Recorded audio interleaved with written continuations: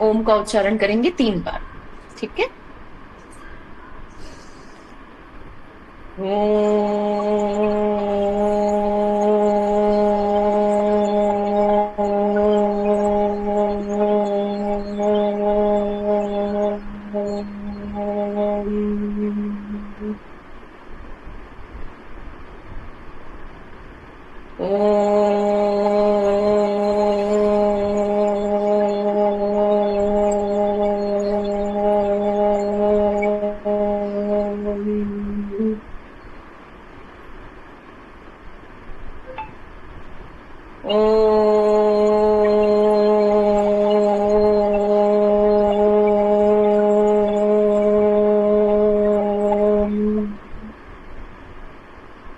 तीन बार गायत्री मंत्र का जाप करेंगे हम। सभी हाथ जोड़ के आंख बंद करके उगते हुए सूर्य का ध्यान कीजिए और गायत्री मंत्र का जाप कीजिए मेरे साथ में। ओम भूर्भुवः स्वः तत्सवितुर्वरेण्यं भर्गो देवस्य धीमहि धियो यो नः प्रचोदयात्।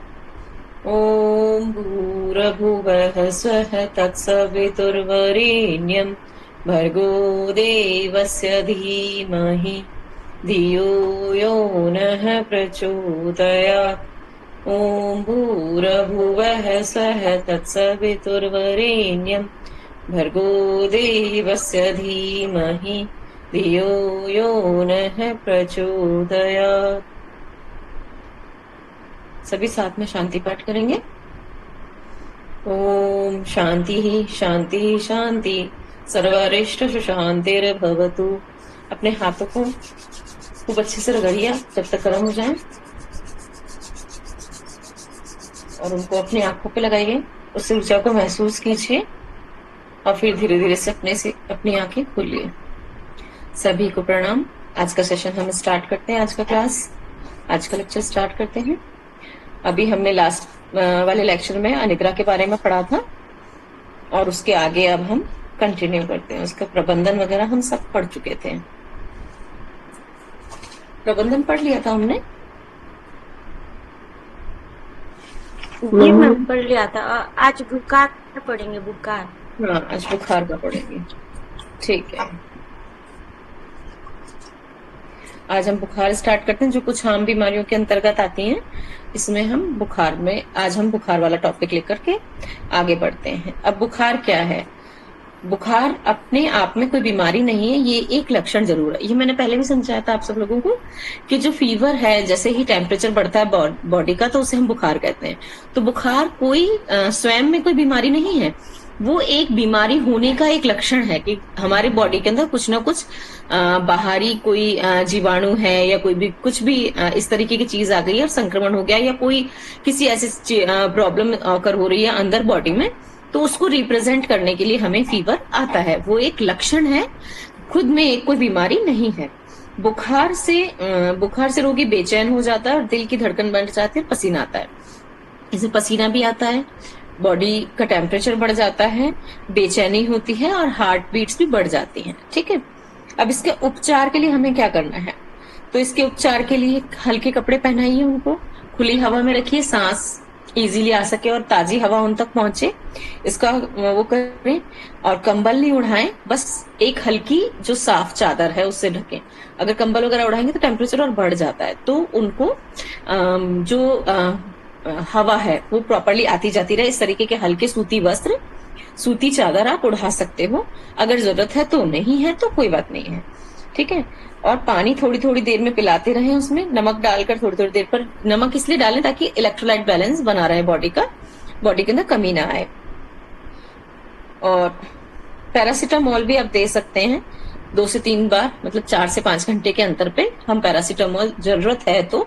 अगर कम पड़ रहा है टेम्परेचर तो नहीं देनी चाहिए, पर अगर जरूरत है और बुखार आ रहा है तो हम 4 से 5 घंटे के अंदर उसे रिपीट कर सकते हैं।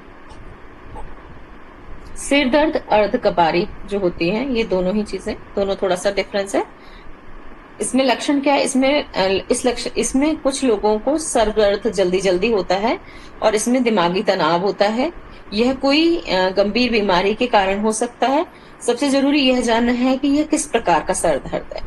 सबसे बड़ी बात कि सर दर्द किस तरीके का है ना, बार बार सर में दर्द होना, पीड़ा होना और टेंशन होना, दिमाग के सर दर्द से भी दिमाग में टेंशन होना, और ये किसी गंभीर और कोई बीमारी आ रही है उसके कारण भी सर दर्द होता है। कई सारे ऐसी बीमारियां भी होती है ना जिनके कारण सर में दर्द होता है, जैसे सर्वाइकल वगैरह है तो उसमें भी सर में दर्द हो रहा है। तो ये जानना भी जरूरी है कि सर दर्द है किस कारण से, कि सर दर्द का रीजन क्या है, सबसे पहले ये जान लीजिए। तो किस तरीके का सर दर्द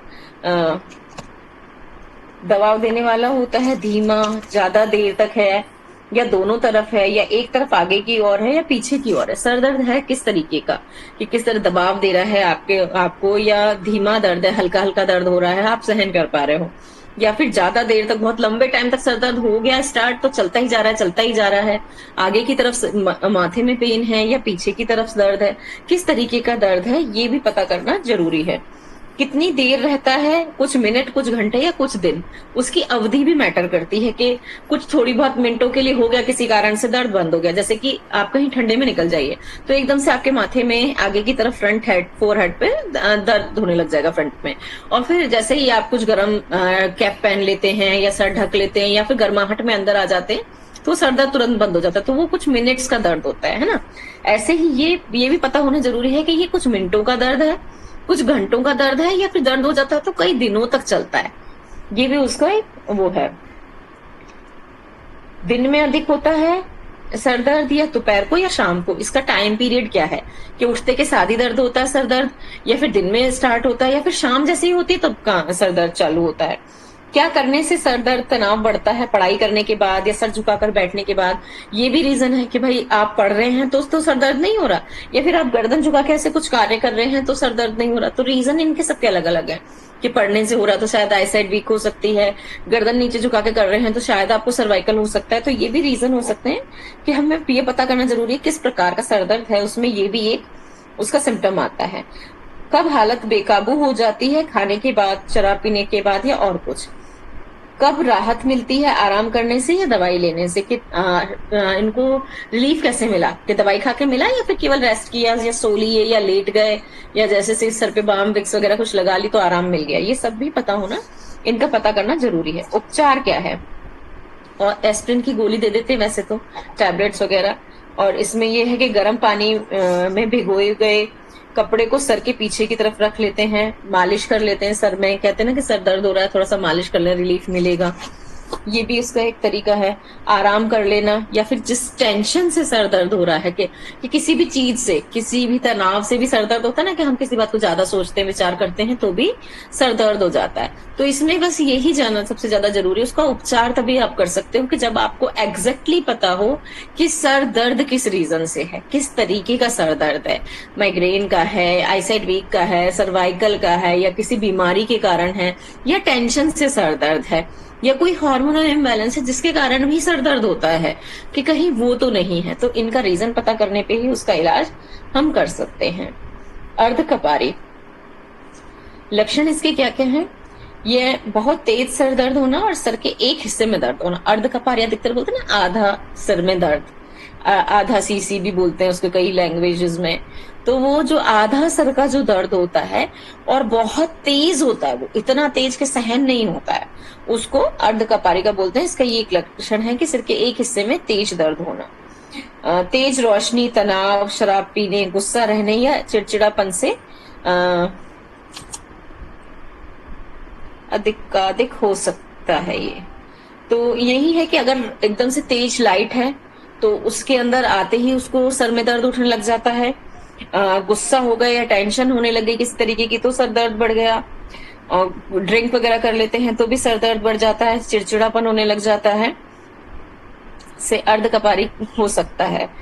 अर्धकपारी जल्दी जल्दी महीने में एक बार या फिर काफी दिनों के बाद भी हो सकता है। अभी अर्धकपारी जल्दी जल्दी भी हो सकता है, एक आध महीने के बाद, या फिर बहुत लंबे टाइम तक हुआ ही नहीं और फिर एकदम से उठ गया, है ना, किसी भी रीजन के कारण।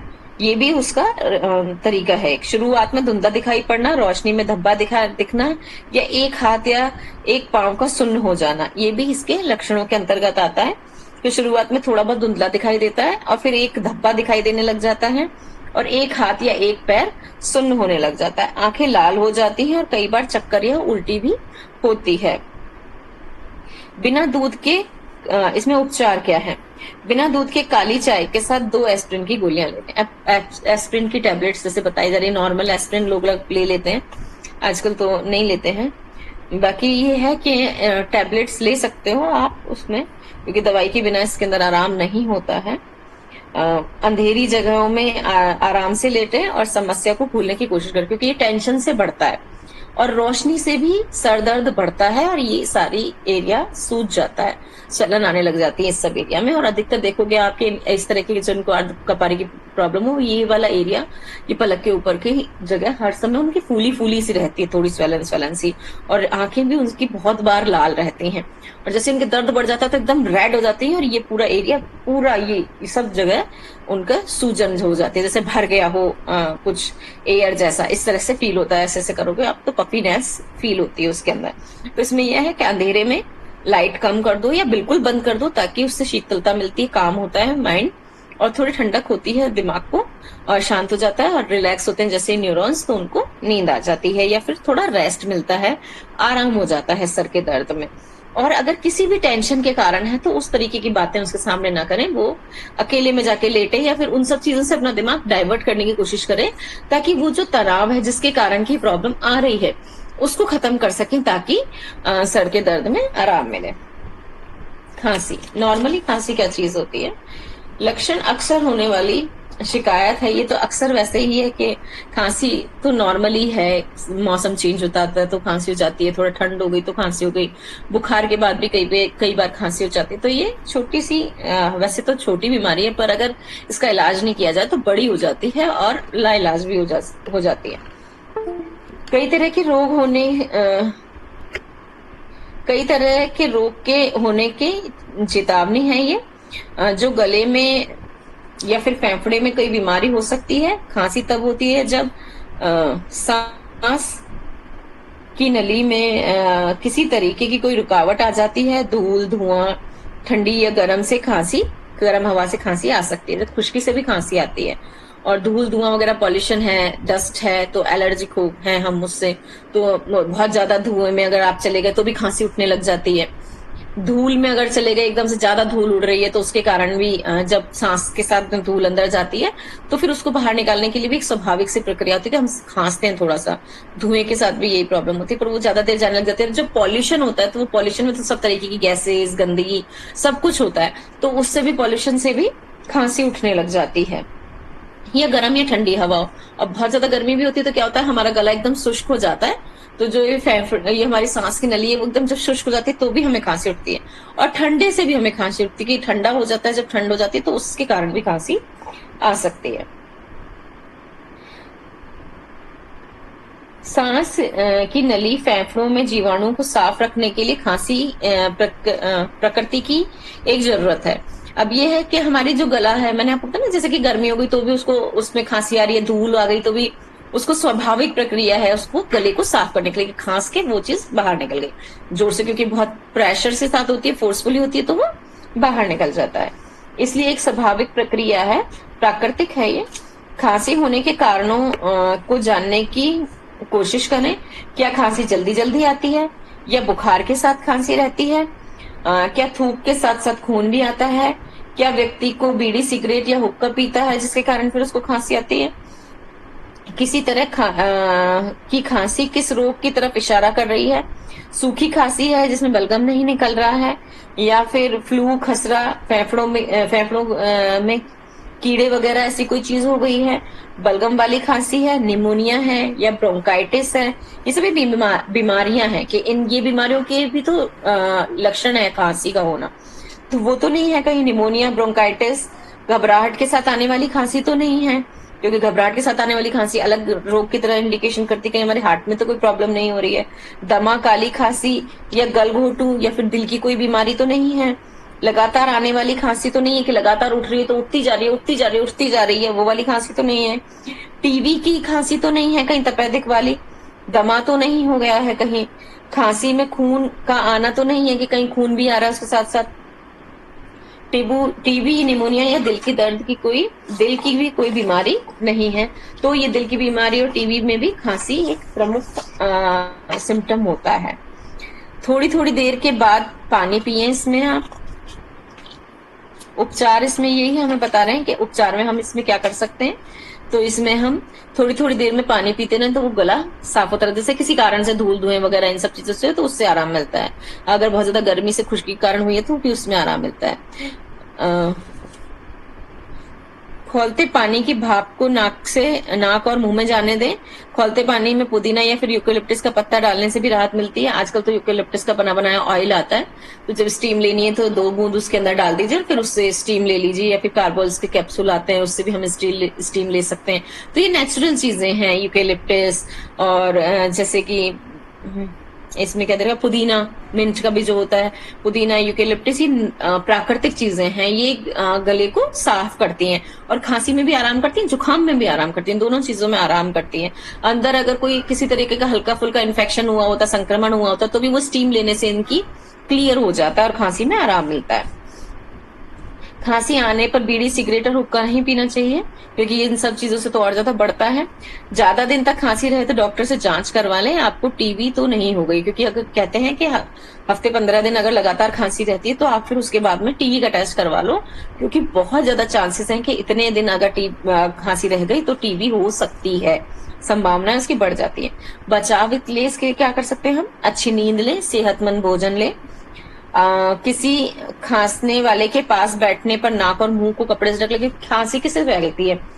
ड्रॉपलेट्स, जो मुंह से खांसी के साथ निकलने वाली छोटी छोटी बारीक बारीक बूंदे होती हैं, हमारी ड्रॉपलेट्स होती हैं, जिसमें बलगम, कीटाणु, थूक सब कुछ शामिल होता है।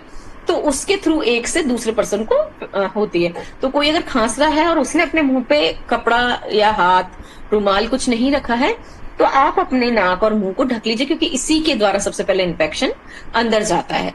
तो उससे बचने के लिए इस चीज को करना चाहिए। आपको अगर खांसी आती है तो मुंह नाक पर कपड़ा रख के ही खांसे, और अगर आपको खांसी वगैरह आ रही है तो आप मुंह नाक पे कपड़ा रख के ही आपको खांसना चाहिए। अब इसके बाद में, खांसी के बाद में हम आते हैं पेट के दर्द पर।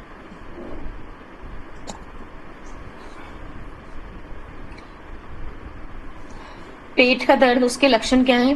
पेट के दर्द में पेट का दर्द आने वाले किसी रोग की तरफ इशारा करता है, जैसे कि आंतों की समस्या है, या किडनी की है, या लीवर की है, किसी तरीके की बीमारी है जिसके कारण आपका पेट में दर्द हो रहा है, या फिर गैस भी हो सकती है।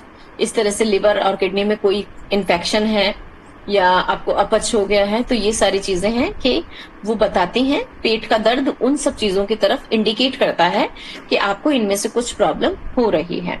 ये इसका उपचार में हम क्या कर सकते हैं? ज्यादा दर्द हो तो डॉक्टर की सलाह लें ताकि सही कारण का पता लग सके। वो तो सबसे ज्यादा, पेट में दर्द है तो डॉक्टर ही आपको सलाह दे सकता है, अपने आप कुछ नहीं जान सकते। हाँ, थोड़ा बहुत समझ सकते हैं कि अगर अपच के कारण पेट में दर्द है, या किसी तरह की गैस वगैरह हो रही है उसके कारण पेट में दर्द है, तो उसको आप थोड़ा समझ सकते हैं। बाकी अगर लिवर, किडनी वगैरह का कोई इन्फेक्शन हो रहा है और उसके कारण पेट में दर्द है तो आपके समझ में नहीं आएगा। सेकेंड थिंग ये भी है कि अगर यूरिन का इन्फेक्शन होता है या ऐसी कुछ चीज होती है तो भी पेट में दर्द होता है। और महिलाओं में आमतौर पे माहवारी के समय या उन सब कारणों से भी उनके अगर कोई इन्फेक्शन हो गया है या और कुछ प्रॉब्लम हो रहा है तो भी पेट में दर्द हो सकता है। तो अगर पेट में दर्द है तो डॉक्टर से मिलना ही सबसे ज्यादा सही रहता है। उल्टियां, बहुत से लोगों में, खासकर बच्चों में, पेट की गड़बड़ी में उल्टी आती है। अधिकतर बच्चों में ही होती हैं ये। वैसे बच्चों, छोटे छोटे बच्चों में कुछ भी खा लिया या अपच हो गई उनको, तो पेट में गड़बड़ हो जाती है और फिर उनको इस तरीके से उल्टियां आने लग जाती हैं। उल्टियां कुछ खास तरह की बीमारियों की तरफ इशारा करती हैं, जैसे कि आंत के रोग, पेट में जहर, मलेरिया, हेपेटाइटिस, टॉन्सिल का बढ़ना, मूत्र नली में रोग, ये सारी चीजें हो सकती हैं जिसके कारण कि आपको पेट में उल्टियां हो रही हैं। उल्टियां कभी कभी खतरनाक हालात की तरफ भी इशारा करती हैं और तब डॉक्टर की सलाह लेनी जरूरी है। अगर एक आध दो उल्टी होती है तो फिर कोई बात नहीं है, किसी अपच या इस तरीके की चीज के कारण हो सकती है। पर अगर एक दो से ज्यादा उल्टी होती है तो आपको डॉक्टर को हमेशा दिखाना चाहिए, क्योंकि ये खतरनाक भी हो सकती है, जानलेवा होती है। पानी की कमी हो जाती है, डिहाइड्रेशन हो जाता है बॉडी के अंदर, और ये प्रॉब्लम बढ़ती जाती है। तो इसलिए आपको उस तरफ भी ध्यान देना चाहिए कि तुरंत ही डॉक्टर की सलाह ली जाए। एक समय में जब बदन के पानी निकलने पर काबू न किया जा सके, अगर बहुत ज्यादा उल्टी हो गई, बहुत ज्यादा होती जा रही है उल्टी, और केवल वाटर पानी ही निकल रहा है, उसमें कुछ खाने का अन्न का भाग नहीं है, कोई भी कुछ फल फ्रूट या अन्न ऐसा कुछ नहीं निकल रहा, मतलब खाना नहीं निकल रहा है, और केवल पानी पानी वाटर डिस्चार्ज हो रहा है, और उसको रोक नहीं पा रहे हैं, आप रुक नहीं रही हैं कुछ भी करने के बाद में, तो फिर जरूर ही आपको उसको है ना डॉक्टर की सलाह लेनी चाहिए। नहीं तो बॉडी में से पानी खत्म हो जाता है, तो वो जानलेवा हो जाती है। 24 घंटे से अधिक बार अधिक 24 घंटे में अधिक तक बार बार उल्टी आए, अगर 24 घंटे में बार बार उल्टी आई रही है और रुक नहीं रही है, तो भी डॉक्टर को दिखाना जरूरी है। जब उल्टी का रंग हरा या भूरा हो, उसमें स्मेल आती हो, बदबू आ रही हो, तो भी डॉक्टर को दिखाना चाहिए। ये भी उल्टी का एक वो है। जब रोगी को मल ना आ रहा हो, मतलब अगर वो फ्रेश भी नहीं हो पा रहा है, केवल वॉमिटिंग हो रही है, उल्टी ही हो रही है, तो भी ये भी उल्टियों का खतरनाक वो है। उल्टी के साथ साथ खून भी निकल रहा हो, उल्टी में अगर ब्लड आ रहा है, तो फिर बहुत ही ज्यादा खतरनाक स्थिति हो जाती है, और ये कई सारी बीमारियों की तरफ इंडिकेट करती है। अब इसमें उपचार में हमें क्या करना चाहिए? उल्टियां तेज हो तो 2-3 घंटे तक कुछ नहीं खाना चाहिए। तेज से अगर उल्टी हो रही है तो आप 2-3 घंटे कुछ मत खाओ, तो आपको अपने आप ही धीरे धीरे आराम हो जाता है। और बिना दूध की चाय पिए, उसमें नींबू का रस और अदरक का रस मिला लें। बिना दूध की जब चाय बनती, क्योंकि दूध डाल के क्या होता है, वो हैवी हो जाती है और ज्यादा गैस्ट्रिक वगैरह क्रिएट करती है। तो बिना दूध की काली वाली चाय बनाएं, उसमें नींबू वगैरह डालें और तब उसको लें, वो पाचन क्रिया में भी हेल्प करती है, फायदा करती है। और 1 गिलास पानी में 1 चुटकी नमक और 1 चम्मच चीनी मिला करके, चीनी या गुड़ मिलाकर थोड़ी थोड़ी देर पे पिलाता रहना चाहिए, और ओआरएस का घोल देते रहना चाहिए। अब ये 1 गिलास पानी के अंदर मिला देते हैं जब 1 चुटकी नमक और 1 चम्मच चीनी, उससे क्या है, इलेक्ट्रोलाइट हमारी बॉडी का जो होता है ना, वो बैलेंस रहता है। तो उससे हमारे शरीर में पानी की कमी नहीं आ पाती है। पानी की कमी नहीं आएगी तो फिर अगर वॉमिटिंग हो रही है तो भी बॉडी कंट्रोल में रहेगी, ज्यादा बीमारी की तरफ नहीं जाएगी, ज्यादा बुरी कंडीशन की तरफ नहीं जाएगी। पर अगर उसको हमने इलेक्ट्रोलाइट्स नहीं दिए, ओआरएस का घोल नहीं दिया, तो फिर वो बॉडी में डिहाइड्रेशन हो जाएगी, पानी की बहुत ज्यादा कमी हो जाएगी। शरीर में पानी की कमी ना होने दें, वो ही सेम चीज है। बच्चों के बदन को पानी निकलना ज्यादा खतरनाक होता है, और इनको विशेष ख्याल रखने की जरूरत होती है। बच्चों का हमें बहुत ज्यादा ध्यान रखना पड़ता है कि कहीं ऐसा ना हो, क्योंकि बच्चे बहुत वीक, एक तरह से कहते हैं नाजुक होते हैं, वीक नहीं नाजुक होते हैं, तो बच्चों का ज्यादा केयर करने की जरूरत पड़ती है। थोड़ा सा पानी और ये सब निकलते हैं, क्योंकि छोटे छोटे बच्चे हैं, इम्यूनिटी भी बच्चों में थोड़ी सी कमजोर होती है, तो वो थोड़ा अगर उनके अंदर वाटर का ज्यादा वो हो गया, लॉस हो गया, तो उनको ज्यादा परेशानी होती है। इसलिए उनको थोड़ा ज्यादा ध्यान रखें कि एक दो उल्टी हो गई तो फटाफट या तो डॉक्टर को दिखाएं, और लगातार उसमें भी उनको पानी पिलाते रहें, उनको ओआरएस का घोल पिलाते रहें, उनको नमक और चीनी वाला पानी का घोल बना करके पिलाते रहें, ताकि उनकी बॉडी में पानी की कमी ना होने पाए।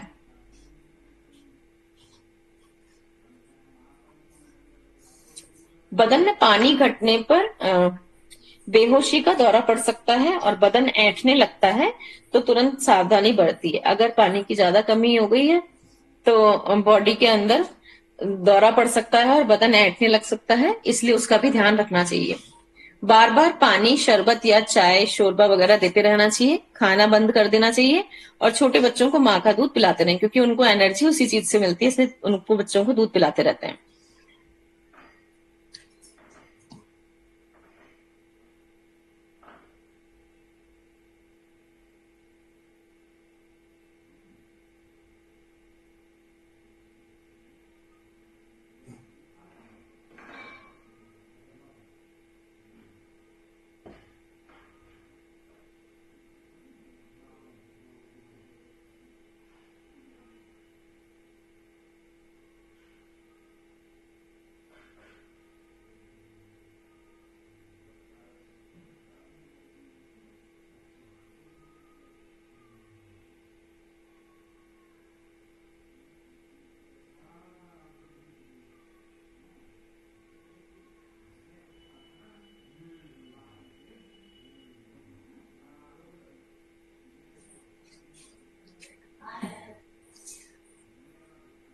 हाँ, खाना बंद कर दें और छोटे बच्चों को माँ का दूध पिलाते रहें, क्योंकि उनको तो माँ का दूध बहुत ज्यादा आवश्यक है, क्योंकि बहुत छोटे बच्चे होते हैं तो उनको सारा जो पोषण होता है माँ के दूध से मिलता है, और उसमें पानी की भी पर्याप्त मात्रा होती है, इसलिए उनको दूध देते रहना चाहिए।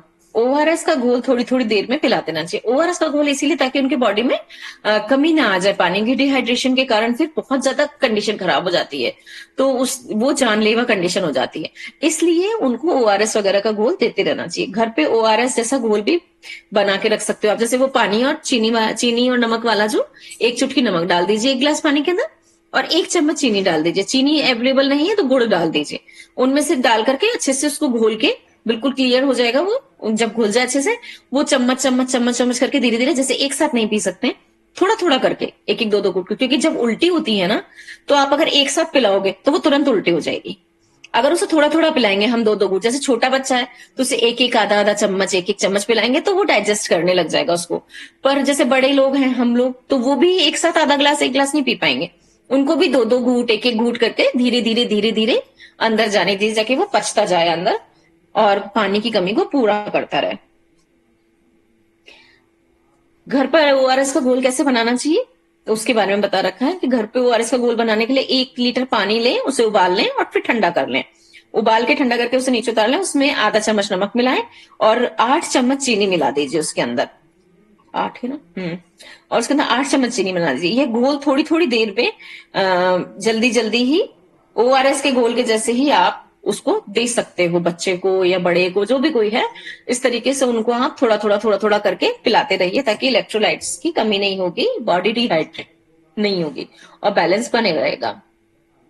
दस्त और पेचिस, अब देखिए, अभी हमने उल्टियों के बारे में पढ़ा, और हम दस्त या पेचिस के बारे में पढ़ते हैं कि बार बार जब पतला मल आता है तो उसको दस्त या पेचिस दस्त कहते हैं, और लगातार लगातार आता रहता है फिर वो पानी जैसा, तो उसको पेचिस बोला जाता है, दस्त और पेचिस। पतले पानी जैसे मल को दस्त आना कहते हैं, और मल के साथ कफ या खून आने पर उसको पेचिस नाम दे दिया जाता है। अब ये दस्त में ही हमको अवेयर हो जाना चाहिए कि अगर पानी जैसी बार बार किसी को पॉटी आ रही है, मल आ रहा है, तो थोड़ा सा अवेयर होकर के हम उसका तुरंत इलाज करें, है ना, और उसकी बॉडी को डिहाइड्रेट होने से बचाएं। नहीं तो धीरे धीरे फिर जब उसमें ये ही कफ जैसा आने लग जाता है ना, आम जैसी, और फिर उसके साथ में ही उसके थोड़ी देर बाद में उसमें खून आने लग जाता है, तो फिर कंडीशन बहुत खतरनाक हो जाती है। इसलिए अगर दस्त ही है तो उसी में ही उसको फुली बॉडी को कंट्रोल किसी भी तरीके से करिए आप। दवाइयां हैं, पानी उसको अच्छे से देना है, नारियल पानी देना है, छाछ मठा, जूसेस वगैरह, ऐसी चीजें तरल पदार्थ पे ही रख करके उसको आप सही कर सकते हैं। पर दस्त होने पे ही अवेयर हो जाना चाहिए ताकि पेचिस की स्थिति ना आए। अगर किसी कारण से आ भी जाती तो तुरंत डॉक्टर को हमें दिखाना चाहिए। दस्त आने के मुख्य कारण क्या हैं? पोषण की कमी, यानी कि सेहतमंद भोजन नहीं हो तो इस तरीके की स्थिति आती है। दूध का ना पचना, आपने देखा होगा बहुत सारे बच्चे ऐसे होते हैं कि जिनको अगर दूध दे दो, नहीं बहुत सारे बड़े भी ऐसे होते हैं, केवल बच्चे ही नहीं, पर बच्चों में ये स्थिति ज्यादा देखने की मिलती है कि दूध दिया और इसको दस्त हो जाते हैं, दूध देते हैं और इसको दस्त हो जाते हैं, तो उनका भोजन उनको पच नहीं पाता है। तो जो लैक्टोज होता है ना, उसका दूध के अंदर जो लैक्टोज पदार्थ होता है वो पाचन में थोड़ा सा हार्ड होता है, तो वो अगर पच नहीं पाता है तो उसको दूध के लैक्टोज के प्रति अगर उसके अंदर एलर्जी है तो वो बच्चा दूध नहीं पी सकता है, बच्चा बड़ा जो भी है, तो वो दूध नहीं पी पाएगा, और जैसे ही वो दूध पिएगा ना तो उसको दस्त आना स्टार्ट हो जाएंगे। तो इस चीज से बचाव करना चाहिए कि जिसको दूध से एलर्जी है, लैक्टोज से एलर्जी है ना, तो लैक्टोज की एलर्जी के कारण वो दूध पीते ही उनको दस्त हो जाते हैं। इसे दूध का ना पचना भी बोलते हैं। आंत का कोई फ्लू है उसके कारण भी दस्त हो जाते हैं। मलेरिया में भी दस्त हो जाते हैं। एड्स की बीमारी में किसी बासी भोजन को करने से, या फिर बाहर का आपने कहीं का खा लिया, ठेले वगैरह का, या फिर जहां कहीं खुला रखा हुआ भोजन है उसे आपने खा लिया है, सड़ा बासी भोजन, तो वो भी आपको ये बीमारी पैदा कर सकता है। ठीक से पका मांस या भोजन ना खाना, अगर अध कच्चा खा लेते हैं हम खाना तो वो भी हमें नहीं पचता है, और मांस वगैरह तो वैसे भी बहुत ही नुकसानदायक होता है, तो और अगर उसे आप खा रहे हैं वो अध पका है तो वो भी इस तरीके की स्थिति को ऑकर करता है। जहां कहीं गंदगी में रखा हुआ खाना है, मक्खियां वगैरह आ गई हैं, तो वो भी दस्त को बढ़ावा देती हैं। तो अच्छे से हाथ धो के भी खाना खाना चाहिए, गंदे संदे हाथों से खाना नहीं खाना चाहिए, ये भी बीमारियों को बढ़ावा देता है। बाहर का भोजन है, कहीं से भी आए आप दौड़ते करते, कहीं मक्खी लगी है, कुछ लगा है और आपने देखा ही नहीं और उसको खा लिया, वो भी आसपास की गंदगी है, एनवायरनमेंट से भी ये इस तरीके की प्रॉब्लम होती है। तो बचाव का क्या कर सकते हैं हम, इसमें बचाव क्या हो सकता है हमारा? दो प्रमुख कारणों से बचाव है, छूने से और सेहतमंद भोजन की कमी, अच्छा बचाव, और घर और आस पड़ोस की साफ सफाई, और बच्चों को बोतल के दूध के बदले माँ का दूध पिलाना। अब ये आप आसपास, अपने घर के आसपास सफाई रखिए, गंदगी नहीं हो। मैंने बताया ही पहले कि बाहर अगर कहीं गंदगी है तो बाहर मक्खी बैठी है, कीड़े मकोड़े हैं बाहर, सबसे ज्यादा तो मक्खी फैलाती है। बाहर से मक्खी अंदर आई आपके घर के किसी भी खाने पीने पे या साफ सामान पे या बर्तन पे बैठी, तो वो वहां पे गंदगी के वो उस कीटाणु को छोड़ जाएगी और उससे दस्त हो जाएंगे। ठीक है, डायरिया वगैरह जो होते हैं अधिकतर।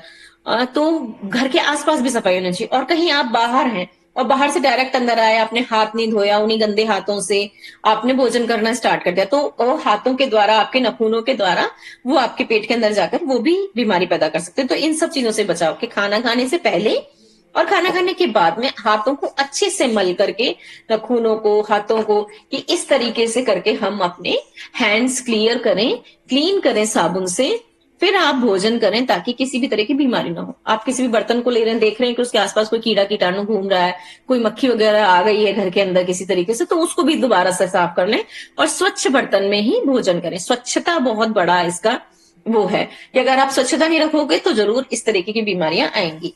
और दूसरा है सेहतमंद भोजन भी अगर आप नहीं करोगे, उल्टा सीधा कुछ भी अनर्गल खाएंगे, बाहर का खा रहे हैं, उल्टा सीधा खा रहे हैं, खुला है वो, उसने ढक नहीं रखा है, या पता नहीं जाने कब का कैसा क्या बना हुआ है, केंड है, पैक्ड है, वो कैसा कैसा भोजन होता है, तो वो भी हम खाने से बचें तो उससे बचाव हो जाएगा। अब बच्चों को बोतल के दूध के बदले माँ का दूध पिलाया जाए। तो आजकल आपने देखा होगा क्या करते हैं, बोतल ली, उसी से दूध पिलाया, उसको उठा के रख दिया, फिर बच्चा रोया, फिर उसी को बोतल को मुंह में लगा दिया, फिर वो उसने पी लिया। तो पता नहीं उसपे कितने कीटाणु आ गए होंगे, वो दूध बार बार अंदर जा रहा है, बाहर आ रहा है, उसमें अंदर पता नहीं क्या रिएक्शंस क्रिएट हो रही हैं, आप नहीं जान रहे हो, और उसी को उठा के आप पिलाते करते रहे। ये नहीं कि आप उसको क्लीन भी नहीं कर रहे हैं, उसको बॉईल भी नहीं कर रहे हैं। अगर कोई बहुत मजबूरी है तो ही ऊपर का दूध दिया जाए, नहीं तो माँ का दूध दीजिए। अगर माँ के दूध नहीं आ रहा है या कोई भी ऐसी सिचुएशन है कि जिसके कारण माँ नहीं है या माँ दूध नहीं पिला पा रही है और आपको बोतल का दूध पिलाना पड़ रहा है, तो आप उसका बचाव ऐसे कर सकते हो कि आप उन बॉटल्स को और उन निप्पल को एक नहीं रखिए, दो तीन चार रखिए, दो तीन कम से कम तीन रखिए। उनको आप एक बार दूध पिलाने के बाद बचे हुए दूध को फेंक दीजिए, उसको दोबारा साबुन से मांज के साफ कीजिए, फिर उनको पानी के अंदर रख के प्रेशर कुकर में एक सीटी लगा दीजिए। इसको बोलते हैं स्टरलाइजेशन। तो जो हम हॉस्पिटल्स में भी जो हमारे औजार होते हैं, कपड़े होते हैं, जो भी चीजें होती हैं, उनको कैसे स्टरलाइज किया जाता है? ये मशीन्स होती हैं वहां, तो वो लगा देते हैं हम उसमें, उसमें सीटी आती रहती है, वो स्टरलाइज हो जाता है। सेम ऐसे ही आप उसको स्टरलाइज कर सकते हैं घर में। ये घर की एक स्टरलाइजेशन मशीन बता रही हूँ मैं आपको कि आपने उसको डाला उसके अंदर, निपल्स को, उनके बॉटल के पार्ट्स को साफ करके सोप से, और फिर उसको पानी में डाला, उसको एक दो सीटी लगाई, और वो उससे विसल आने के बाद में आप उसको रख दीजिए, तुरंत उसको पानी में से निकाल दीजिए, पानी को फेंक दीजिए। ये हो गया उसका स्टरलाइजेशन। और एक ही बार उस बॉटल से दूध पिलाया जाए, दोबारा नहीं, और बचा हुआ दूध भी नहीं। ठीक है, तो आप बच सकते हैं बॉटल वाले इश्यू से। नहीं तो केवल माँ का दूध ही पिलाया जाना चाहिए। माँ का दूध सर्वोत्तम आहार होता है, वो बच्चे को पूरा न्यूट्रिशन देता है, उस बच्चे का विकास भी अच्छा होता है, मानसिक और शारीरिक दोनों विकास के ऊपर काम माँ का दूध करता है। इतना ज्यादा फायदा कोई भी दूध बाहर का या ऊपर का नहीं होता है। हाँ, हम गाय के दूध को माँ के दूध के बराबर मानते हैं, बकरी के दूध बहुत ज्यादा nearest to the mother's milk होता है, पर फिर भी हमें माँ का दूध को ही सर्वोत्तम उपाधि मिली है, वो ही दूध हमें बच्चे को देना चाहिए। किसी भी मजबूरी के कारण नहीं दिया जा सकता, तो जो मैंने आपको बताया है उस चीज को फॉलो करके ही आप उस बच्चे को दूध पिलाएं ऊपर का, नहीं तो नहीं पिलाएं। ठीक है, उपचार इसमें अब हम क्या करेंगे? ये तो हो गया बचाव, कारण और बचाव हो गए। अब हम इसमें उपचार क्या क्या कर सकते हैं? तो बदन में पानी की कमी नहीं होने दे। सबसे पहले तो हमें ये ध्यान रखना है कि पानी उसको पिलाते रहना है पूरी तरीके से, जो भी रोगी है आपका। भोजन उसका बंद कर दें, मैंने आपको पहले बता दिया कि भोजन नहीं देना है हमें उसको, ताकि वो हम कंट्रोल कर सकें उसको।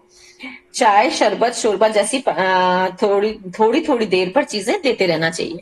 लिक्विड डाइट मीन्स क्या आप उसको शरबत दे रहे हैं, आप उसको जूस दे रहे हैं, नारियल का पानी दे रहे हैं, छाछ दे रहे हैं, शोरबा दे रहे हैं, सूप जैसा फॉर्म बहुत पतला पतला है ना, तो वो वाटरली वाला चीजें जिससे पानी की भी कमी हो और कुछ पोषण तत्व भी अंदर जाता रहे, तो उससे उसका अंदर से हीलिंग होती है। और छोटे बच्चों को माँ का दूध पिलाते रहें। तो छोटा जो अगर छोटा बच्चा तो उसको तो और कुछ दे नहीं सकते ऊपर से, तो उसको केवल माँ का दूध ही पिलाते रहना चाहिए। अब इसके उपचार के अंदर यही सारी चीजें हैं। अब नेक्स्ट हमारा टॉपिक आ जाएगा गठिया जोड़ों का दर्द।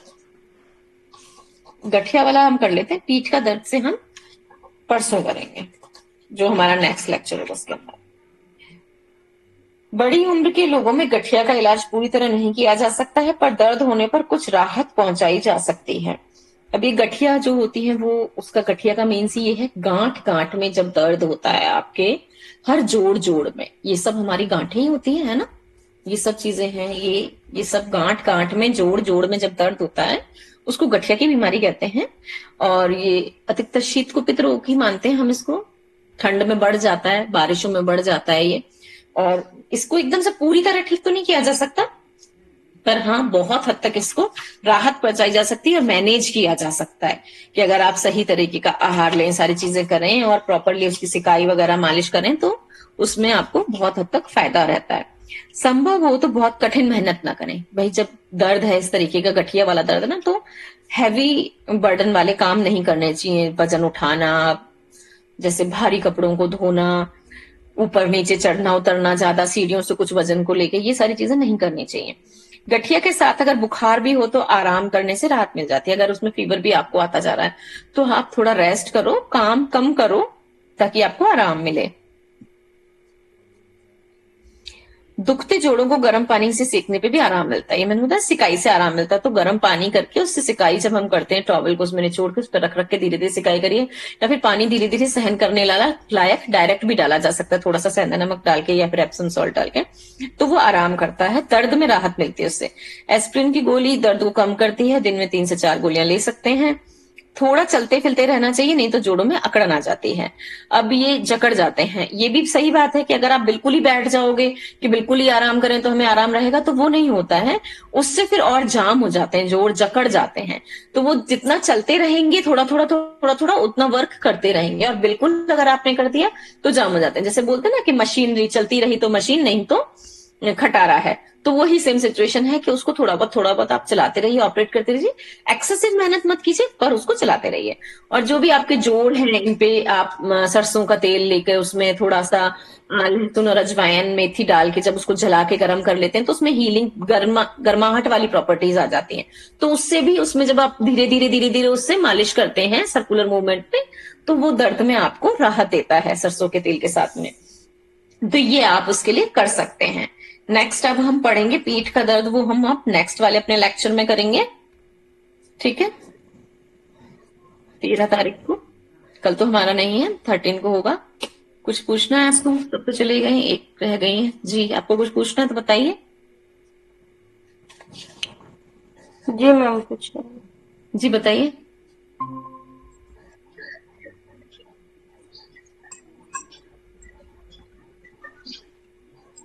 पूछना है कुछ?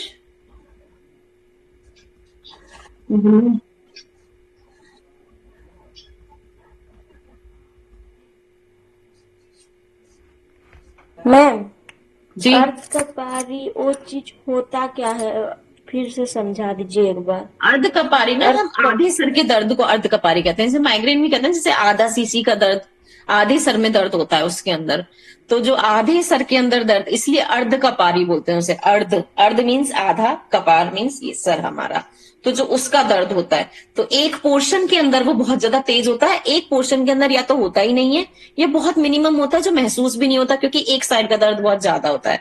तो वो तेज रोशनी से बहुत ज्यादा बढ़ सकता है, किसी तनाव से, गुस्सा ज्यादा आने से।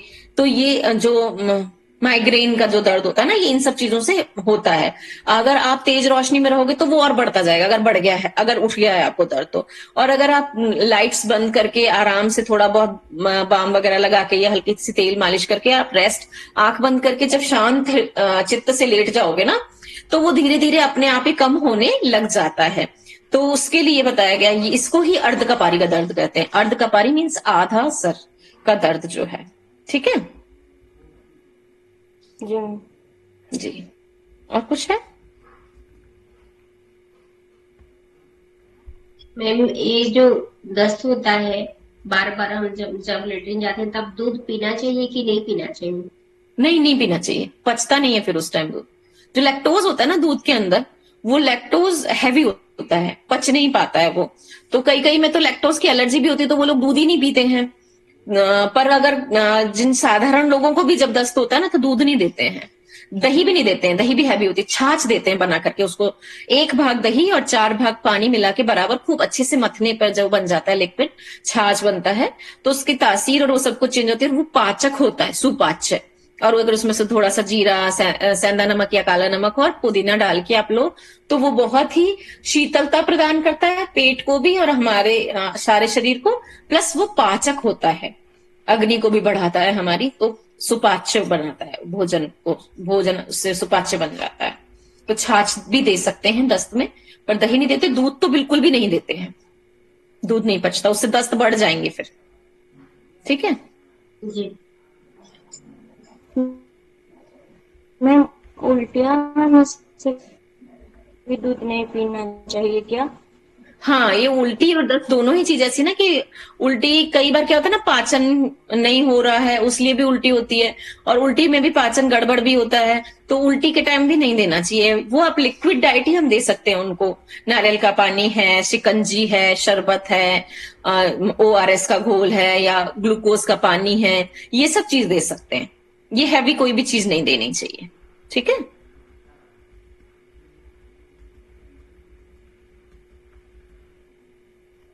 और कुछ पूछना है? नहीं? तो आज की क्लास को हम यहीं पे समाप्त करते हैं, टाइम भी होने वाला है। नेक्स्ट में हम पढ़ेंगे पीठ के दर्द वाली और उससे आगे की बीमारियां। नेक्स्ट क्लास कब होगा? नेक्स्ट क्लास ट्यूसडे को नहीं होगा, वेंसडे को होगा, बुधवार 13 को। ठीक है। आज 11 है, 12, 13 को। ठीक है, आज का क्लास को यहीं पे समाप्त करते हैं शांति पाठ के साथ में। नेक्स्ट में पढ़ के आइएगा, कुछ और नहीं समझ में आए तो आप लोग पूछ लीजिएगा मेरे से, अपना लिख के रख लीजिएगा, जब भी आपके मन में कोई क्वेश्चन आए तो जैसे ही आप नेक्स्ट क्लास में आए तो आप शुरुआत में भी पूछ सकते हो कि मेरे को ये क्वेश्चन पूछना है, नहीं तो फिर लास्ट में, तो एंड में टाइम होता है क्वेश्चन का, तो आप तब पूछ सकते हैं। ठीक है, और ये जो सारे लेक्चर्स हैं ये आपको यूट्यूब पे मिल जाएंगे, तो आप ऋषिकुल योगपीठ के नाम से ही हमारा चैनल है, यूट्यूब चैनल, आप उस पे जाकर उसको सब्सक्राइब कर दीजिए और बेल नोटिफिकेशन दबा दीजिए, तो जैसे ही आपकी क्लास डाली जाएगी ना, तो आपके पास नोटिफिकेशन आ जाएगा, तो आप दोबारा उसको देख के भी रिपीट कर सकते हो। ठीक है, चलिए शांति पाठ करते हैं और आज की क्लास को यहीं समाप्त करते हैं। ओम शांति शांति शांति, सर्वरिष्ट शांतिर्भवतु। सभी को प्रणाम, मिलते हैं नेक्स्ट लेक्चर में। धन्यवाद सभी को, पढ़ के आइएगा सभी। नमस्ते मैम।